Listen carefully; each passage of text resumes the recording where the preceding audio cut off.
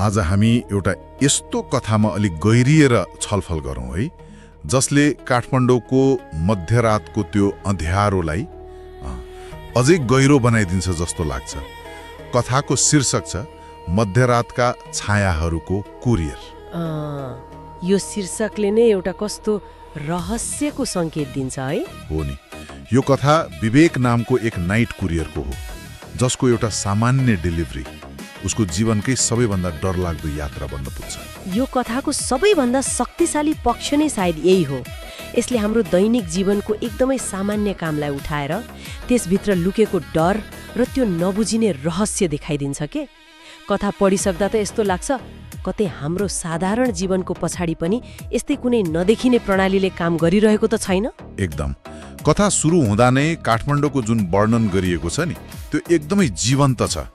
दिउँसो मान्छे र हर्नको कोलाहलले भरिने गल्लीहरू, रातमा कसरी बिल्कुलै फरक, सुनसान र डरलाग्दा हुन्छन्, त्यसले एउटा गजबको मुड सेट गर्छ। विवेक जो रातमा काम गर्न अभ्यस्त छ, उसलाई पनि त्यो रात किन अलि अनौठो महसुस भइरहेको हुन्छ। र त्यही अनौठोपनको बीचमा उसले आफ्नो अन्तिम डेलिभरी लिनुपर्ने हुन्छ। एउटा सानो रातो कपडाले बेरिएको काठको बाकस। ठेगाना पनि कस्तो, असनको भित्री गल्ली, घर नम्बर 109 हो। रातो रङ, सुनसान गल्ली, मध्यरात। कथाले सुरुदेखि नै खतराको घण्टी बजाउन थालिसकेको हुन्छ। ल यहीँबाट सुरु गरौँ न त। विवेक त्यो गल्लीमा पस्छ र बत्ती झ्याप्प निप्न र बल्न थाल्छ। हो, यो त कुनै पनि हरर फिल्मको क्लासिक सुरुवात जस्तै भयो हैन र? हो, क्लासिक हो, तर एकदमै प्रभावकारी छ। केही नराम्रो हुँदैछ भन्ने पहिलो संकेत। ठ्याक्कै। किनभने यसले तुरुन्तै के स्थापित गर्छ भने यहाँ परिस्थिति विवेकको नियन्त्रणमा छैन। ऊ एउटा यस्तो ठाउँमा छ जहाँ सामान्य नियमहरू लागू हुँदैनन्। त्यो झ्याप्प बलेको बत्तीले उसको यात्राको अनिश्चिततालाई देखाउँछ। र त्यही अनिश्चितताको बीचमा उसको भेट एउटा एकदमै अनौठो पात्रसँग हुन्छ। ढुङ्गे धाराको छेउमा बसेको एक वृद्ध मानिस, अँध्यारोमा छालाको झोला सिलाइराखेको। त्यो पनि कति छिटो। यति छिटो कि उसको सियो चलेको देखिँदैन, खाली आवाज मात्र सुनिन्छ। यो दृश्यले नै मेरो मनमा चिसो पस्यो के। को होला त्यो मान्छे? यहाँ सबभन्दा अचम्मको कुरा त के छ भने विवेकले केही नभन्दै नहेरिकनै ती वृद्धले सोध्छन्, 109 नम्बर खोजेको हो बाबु? हो।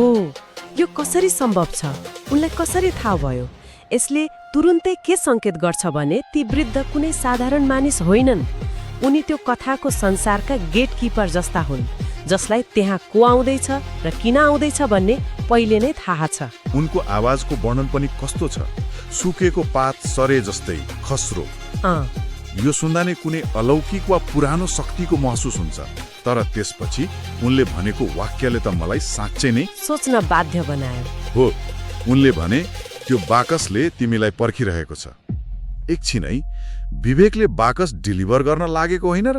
हो नि। बाकसले उसलाई कसरी पर्खिन सक्छ? हो, यही नै र कथाले पुरै युटर्न लिन्छ। यो एउटा वाक्यले कथाको सम्पूर्ण शक्ति सन्तुलनलाई उल्टाइदिन्छ। अहिलेसम्म हामीलाई के लागेको थियो भने विवेक कर्ता हो, उसले काम गरिरहेको छ, ऊ नियन्त्रणमा छ। तर त्यो वाक्यले बताउँछ होइन, विवेक कर्ता होइन, ऊ त कर्म हो। ऊ डेलिभरी गर्ने मान्छे होइन, उसलाई नै कतै डेलिभरी गरिँदैछ। बाकस निर्जीव वस्तु होइन, यो त एउटा सक्रिय शक्ति हो। वाउ, मैले त्यो कोणबाट सोचेकै थिएन। यो त कथाको सबैभन्दा महत्त्वपूर्ण क्षण रहेछ। हो नि। यहीँबाट विवेकको नियन्त्रण खोसिन्छ अनि ऊ त्यो अँध्यारो ढोकातिर जान्छ, जसलाई छुँदा हिउँ जस्तै चिसो हिउँ जस्तै चिसो महसुस हुन्छ। भित्र पसेपछि उसले जे देख्छ त्यो त झन् कल्पना बाहिरको कुरा छ।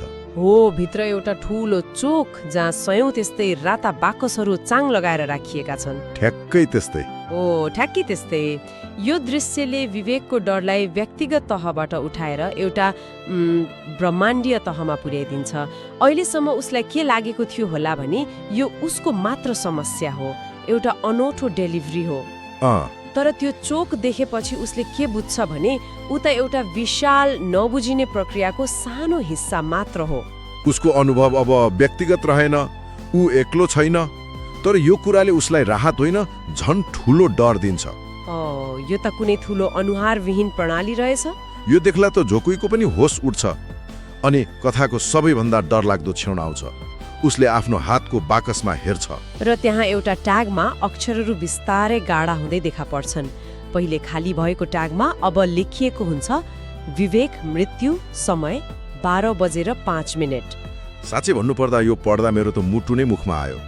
उसले घडी हेर्छ 12:04 भइसकेको हुन्छ। मतलब उसँग अब जम्मा 1 मिनेट छ। हो, अहिलेसम्मको त्यो रहस्यमय डर अब एउटा ठोस समयबद्ध खतरामा बदलियो। एकदम यो कथाको सबैभन्दा चिसो बनाउने खुलासा हो। त्यो बाकस कुनै सामान थिएन, त्यो त उसको आफ्नै मृत्युको घोषणा पत्र थियो। अनि सबैभन्दा डरलाग्दो कुरा, त्यो घोषणा पत्र उसले आफै बोकेर आफ्नो मृत्युको ठेगानामा पुर्याइरहेको थियो। ऊ आफै आफ्नो मृत्युको कुरियर बनेको थियो। अब त भाग्नुबाहेक के उपाय छैन। के गर्ने त? ऊ बाकस त्यहीँ फालेर ज्यान जोगाउन दौडिन्छ। यो एकदमै मानवीय प्रतिक्रिया हो। तर ऊ दौडिँदै गर्दा गल्लीका भित्ताहरूमा उसकै छायाहरूले उसलाई लखेटिरहेको देख्छ। यो के हो? के यो साँच्चै कुनै शक्ति हो वा उसको दिमागको उपज हो? खै, यो एकदमै शक्तिशाली प्रतीक हो। छाया भनेको के हो? त्यो हामी आफैको हिस्सा हो जसबाट हामी कहिल्यै भाग्न सक्दैनौँ। ओहो, आफ्नै छायाले लखेट्नुको अर्थ हो ऊ आफैबाट आफ्नो नियतिबाट भागिरहेको छ, जुन असम्भव हो। कथाले यहाँ वास्तविकता र भ्रमको बीचको रेखालाई एकदमै धुमिलो बनाइदिन्छ। हो, हामीलाई पनि थाहा हुँदैन के साँच्चै भइरहेको छ र के उसको डरको कल्पना हो। दौडिँदै दौडिँदै ऊ बल्ल तल्ल मुख्य सडकमा पुग्छ। गाडी र मान्छेको आवाज सुनेपछि उसलाई राहत मिल्छ। हो, उसले सोच्छ, ल त्यो सबै मेरो भ्रम थियो, एउटा नराम्रो सपना थियो। यो क्षणमा पाठकलाई पनि अलिकति आशा जाग्छ। ल हे, ऊ त बाँच्यो, त्यो अँध्यारो गल्लीको दुस्वप्न सकियो। कथाकारले यहाँ एकदमै चलाखीपूर्ण काम गरेका छन्।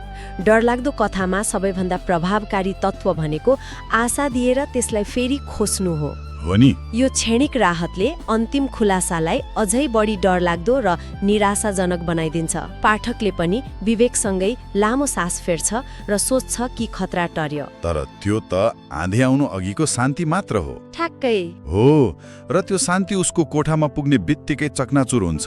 ऊ आफ्नो कोठामा पुग्छ, गोजीमा मोबाइल निकाल्न हात हाल्छ, तर उसको हातमा के पर्छ? त्यही सानो रातो बाकस। यो कसरी सम्भव छ? उसले त त्यो बाकस त्यो चोकमा फ्याँकेर आएको थियो। यो असम्भव घटनाले नै कथाको मुख्य सन्देशलाई स्थापित गर्छ। भाग्यबाट भागेर कतै जान सकिँदैन। यो कथा अब तर्क र भौतिक विज्ञानको नियममा चलिरहेको छैन, यो नियतिको कठोर नियममा चलिरहेको छ। उसले बाकस फ्याँके पनि बाकसले उसलाई छोडेन। यसले के प्रमाणित गर्छ भने ऊ केवल बाकसको वाहक थिएन, बाकस अब उसको अभिन्न अङ्ग बनिसकेको थियो। यो त सोच्दा पनि जिउ नै सिरिङ हुन्छ। तर कथा यही सकिँदैन। अझै बाँकी छ। त्यो बाकससँग एउटा सानो कागजको टुक्रा पनि हुन्छ र त्यो कागजमा लेखिएको हुन्छ, मलाई मेरो ठेगानामा पुर्याएकोमा धन्यवाद। अनि सबैभन्दा डरलाग्दो कुरा, त्यो कागजमा विवेककै हस्ताक्षर हुन्छ। हो, यो हस्ताक्षरको के अर्थ हो? उसले यस्तो कागजमा कहिले हस्ताक्षर गर्यो? यो कथाको अन्तिम र सबैभन्दा चिसो बनाउने रहस्य हो। यदि हामीले सबै कुरालाई जोडेर हेर्यौं भने यसको एउटै अर्थ लाग्छ। विवेकले अन्जानमै कुनै बेला आफ्नो मृत्युको यो सम्झौतामा हस्ताक्षर गरिसकेको थियो। सायद त्यो नाइट कुरियरको जागिर लिँदा वा कुनै सामान्य देखिने कागजमा हस्ताक्षर गर्दा। हामीलाई थाहा छैन। तर यसले के देखाउँछ भने उसको स्वतन्त्र इच्छा एउटा भ्रम थियो। उसले आफै आफ्नो मृत्यु स्वीकार गरेको थियो, तर उसलाई त्यसको कुनै याद थिएन। यसको मतलब त हामीले जीवनमा गर्ने कति साना साना निर्णयहरूले हाम्रो भविष्यको बाटो कोरिरहेका हुन्छन्, जुन हामीलाई थाहै हुँदैन। हो, यो त डरलाग्दो सोच हो। ऊ कुरियर थिएन, ऊ आफै प्याकेज थियो। र त्यो नोट त्यसको डेलिभरी कन्फर्मेसन थियो। ठ्याक्कै, र उसको अन्तिम ठेगाना उसको आफ्नै मृत्यु थियो। अनि कथाको अन्त्य हुन्छ। घडीमा ठ्याक्कै 12:05 बज्छ। विवेकले आफ्नो छातीमा तीखो सियोले घोपे जस्तो महसुस गर्छ र कोठाको बत्ती झ्याप्पै निप्छ। छातीमा सियोले घोप्नु, यसले त हामीलाई सिधै कथाको सुरुमा अँध्यारोमा सियो चलाइरहेका ती वृद्ध मानिसको याद दिलाउँछ। ओहो, यसले कथाको चक्र पुरा गर्छ। ती वृद्धले सिलाइरहेको छालाको झोला सायद अघिल्लो डेलिभरीको अन्त्य थियो र अब उनको सियो विवेकको लागि प्रयोग भयो। मतलब ती वृद्ध भाग्य वा मृत्युको धागो सिलाउने व्यक्ति थिए। हो, विवेकको जीवनको धागो ठ्याक्कै 12.05 मा काटियो र कोठाको बत्ती निभ्नु भनेको विवेकको जीवनको बत्ती निभ्नु हो। त्यसो भए यो कथाले हामीलाई के भन्न खोजेको हो त? यो केवल एउटा भूतको कथा त पक्कै होइन। होइन, यो भूत प्रेत भन्दा धेरै गहिरो छ। यसको वास्तविक डर भौतिक होइन, मनोवैज्ञानिक र अस्तित्वसँग जोडिएको छ। हामीलाई डर लाग्ने कुरा कुनै राक्षससँग होइन, बरु आफ्नो जीवनमाथिको नियन्त्रण गुमाउनुसँग हो। हो, विवेकले भाग्नको लागि हर प्रयास गर्छ तर व्यर्थ हुन्छ। हो, कथाको मुख्य सन्देश यही हो, नियति अकाट्य छ। र त्यो आफ्नै हस्ताक्षर भएको नोटले कथाले अझै यादगार बनाउँछ। हामीले हाम्रो जीवनका हरेक निर्णयहरूबारे सोच्न बाध्य बनाउँछ। कतै हामीले पनि थाहै नपाई यस्तै कुनै सम्झौतामा हस्ताक्षर गरिसकेका त छैनौँ।